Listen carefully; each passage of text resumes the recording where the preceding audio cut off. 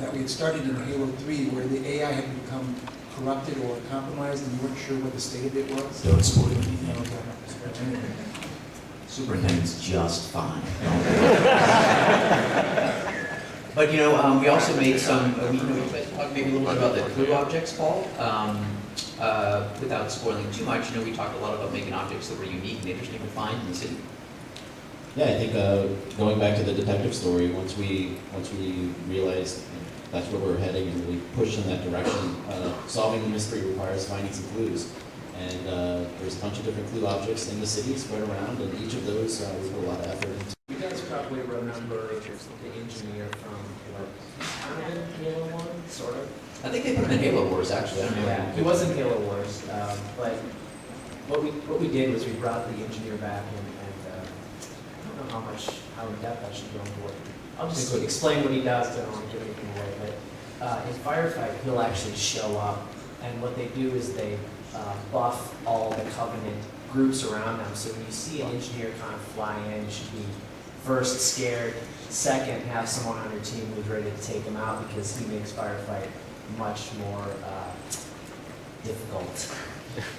But he's a really cool character. He basically floats in and gives overshields to any squad that he's nearby. So if you start seeing grunts, jackals, or maybe even hunters that suddenly have overshields, you know you're in trouble. Someone needs to grab a plasma pistol and take him out. I don't think it's giving anything away. If you guys have played Halo, you know that Covenant ammunition often comes in the color green. I feel sorry for a little guy having that much explosive material stuck in his back. But you can see that they actually are driven around on Phantoms, and it's kind of these garlic, you know, cloves of garlic dangling down beneath. So I don't know what would happen if you shot one of those cloves of garlic. It'd be bad for somebody. Nothing good for performance.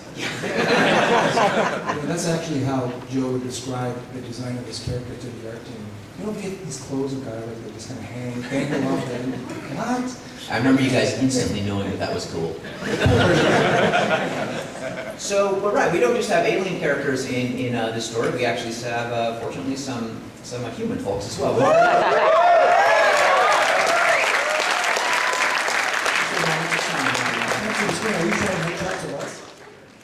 Yeah, it's shot to you guys over at that table.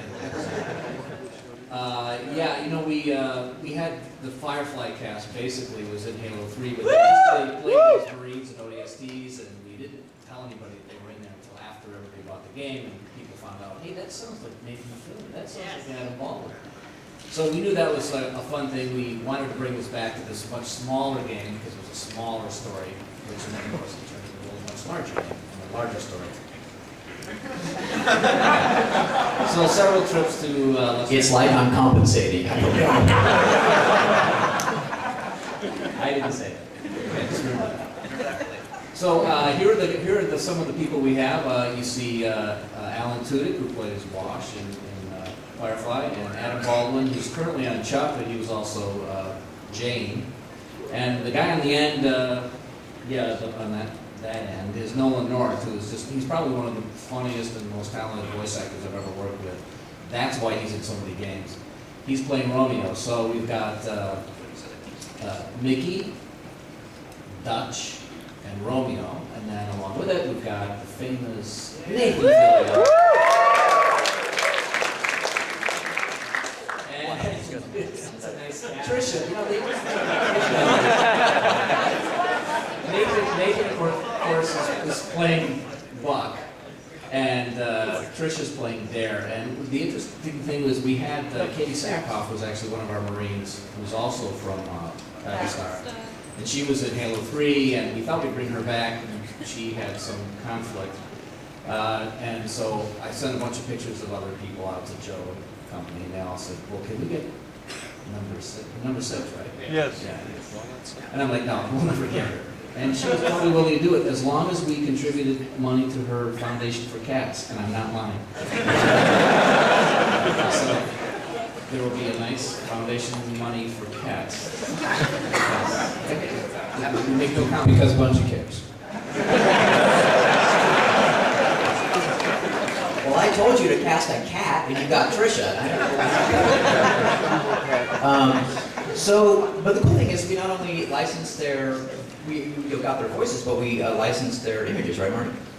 Yeah, especially with Nathan and Tricia, we wanted them, these were characters that, once we got them, Joe started writing the script to be more specific between these two characters, like they might have had some sort of relationship in the past. I'm not going to spoil it, but a little bit of a relationship. It's in there, come on. How do I have these people with a relationship? Come on.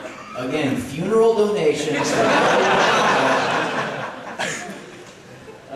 It turns out that both Nathan and Tricia actually did have a little relationship in the past, which was nice, in reality. And so we got them into the studio together, and they had a lot of good chemistry, which was the scary. Well, let's just show, because we know we paid money to get Nathan's likeness, and we really wanted to nail the look of Nathan Fillion, and you guys, tell us how we did. I'm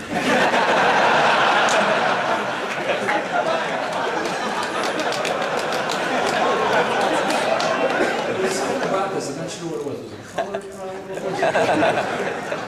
Michael, this was It was yours. better than you've forgotten to hit a switch on a tag or something. Well, actually, Eric Elton, Apparently there's some sort of performance problem with flowing hair. was that or have the environment rendered. We could have done music too. So is there any way to bring the lights down just a little bit? We're going to show a little movie of some of the voice directing actors in the studio. We didn't get Adam Baldwin. He had to come in a different day, so we didn't have a So here, let's get the sound back up. This is sound of this. All right, let's see what happens. You want to do this? Be my guest. But this ain't a job you want to rush. Squad, what's your status? Over? You still with me, Buck? Yeah. Give me a sec. My hatch is jammed. Time to dance. I'll pass on that dance. Do you catch me where you're set? Romeo and Laurel, take two. Better late than never. Just saying, gosh, you missed one. Good thing, Robbie. That was fantastic.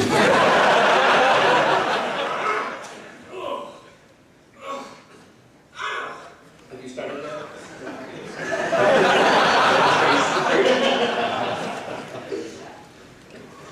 I'm gonna leave your stuff out here, Philly. I'm leaving your stuff out here. Oh, thank you. There's your sunglasses are scratched. I scratched your iPod with them.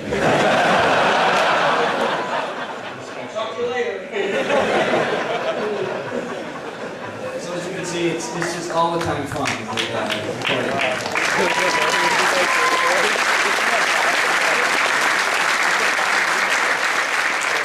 The next, how many weeks till the game comes out? 2 weeks? 3. Oh, 3? All right, pretty soon. You see if you can figure this out by then.